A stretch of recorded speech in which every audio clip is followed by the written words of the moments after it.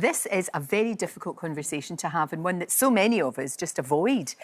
But if the worst happened, would you know how to access your loved one's vital information if they died? Well, Claire is here now alongside Dr Amir. And Claire, we've got to do this. We've got to do a sort of in case of death file. Yes. It's going to happen to us all. So we might as well be organised. And people might think this is mawkish, this is not something I want to think about, I'm putting it off. But what you're doing is making it so much easier for the family, the friends, the partner that you're leaving behind. Because there's so much of this information in our lives. If we collate it all in one place and know the things that they're faced with, often when people have been through this themselves, perhaps dealing with the affairs of an older relative, that's what prompts them to get their own affairs in order. So there's a new book out called The Later Years by a chap called Peter Thornton. Now, he's a lawyer. He used to be the coroner of England and Wales and a judge. So he's seen close up what can happen if families don't have a will. For example, they die intestate, the court decides where their asset goes. The family has to just abide by that. And he's come up with a really simple and readable guide, I would say, to all of the things that you can do. And the big idea in it is create a death file. Now, we know that Davina, before her recent brain surgery operation, this is something that she set about doing because she was thinking, well, if I don't survive from this operation, what should I do?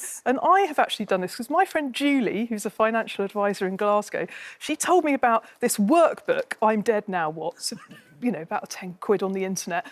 All of her new clients, she gives this book to them and a bottle of wine that they can have when they've finished it. And it's just a way of collecting all of the sorts of information you need. So obviously making a will, as we've said, very crucial. Got to be done. Even if you think you've got nothing to leave, you've got to do Even if you're married as well, that's a common mistake that people make. Making sure that your nearest and dearest, because often in couples, one couple will do the money and the other one won't. And if the one who does the money dies first, you know, having a record of where things are, the different utility providers for your house, where the pensions are, where the savings accounts are, then you've also got things like the medical information, your NHS number, your tax number, different accounts and things that you might have, because so much of our lives now are online. But having a centralised place where you can record all of this information and crucially share it with those who are nearest and dearest to you, because there's no point taking all the time and trouble to fill this out. And then they can't find it. Nobody knows where it is. Nobody knows where it is. Of course. But a good thought process to be getting into. Amir, this is a really good idea, isn't it? And especially, obviously, in there as well would be all of your medical forms too, all the information that people would need. Yeah, we encourage this as GPs actually to our patients, because I've seen so many times when family members come and see me after being bereft, you know, they are going through so many emotions already, and then to add all the difficulty that can come with probate onto that makes life really hard. So this will really help people in this situation. It's a really responsible thing to do, and the best time to do it is when you're well. So in your 40s, 50s, 60s, do it when you're well. Don't wait until you're sick.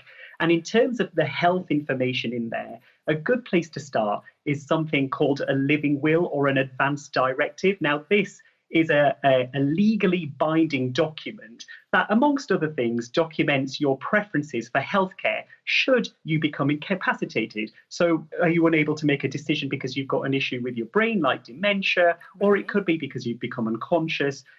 So all of those things are in there, and it documents it in a really clear way, because, again, I've come across, when I'm looking after patients who are terminally ill, who can't make those decisions, families agonising over decisions around what treatment we should or shouldn't do, when actually it could have been so much easier had they documented it themselves. And that's what it's all about. What do you want in what situation, and what you don't want in what situation as well. And you can make that as detailed as you want. It does include a resuscitation order, so a DNA CPR. That's really important. It doesn't have to be black or white. You can say, I want to be resuscitated if this, this and this happens, but I don't want to be resuscitated if this, this and this happens. And also, you can still say, I don't want resuscitation, but I do want active treatment for infections or things like that. So make it as detailed and clear as possible. And you can assign someone your lasting power of attorney. So that gives them, make sure you trust them implicitly, and that makes them able to make decisions on your behalf should you not be able to. There's also something called a respect form, which is something that medical professionals can direct you towards. That's a non-legally binding document that documents all of this as well. And make sure you have a copy of these things both in your home, in your medical records. We will document it here as well, because often what can happen is that you might become ill out of hours when a healthcare professional who doesn't know you has to come and see you. So if everything's there, it's easy for them to access, and your decisions are respected all the way through. No, exactly. And again, you could have that conversation about organ donation, if you want to do that, if that's going to be, you know, if depending on the circumstances of how you die, if that's actually going to be relevant. And Claire, what about personal information? I mean, things like what you want at your funeral, what you want, you know, specific things that you want to go somewhere, or just generally all the information that people will need. Yes, I mean, ideally, have a conversation with your relatives, because as I always say, funerals are for the living, not for the dead. It's how they're going to remember you. Yeah. But also all kinds of information about who you might want to invite. Now, friends of mine who've lost their parents have often had an agonising search. They know that their mum has got a friend from years back called Veronica, but they can't find her details to invite her to the funeral. Not everyone might be on social media, so there's that. But then when it comes to our personal finances too, it's a really good opportunity, frankly, to have a bit of a sort out. You know, do you know where all of your pensions are? Do you have life insurance? Are your beneficiaries up to date?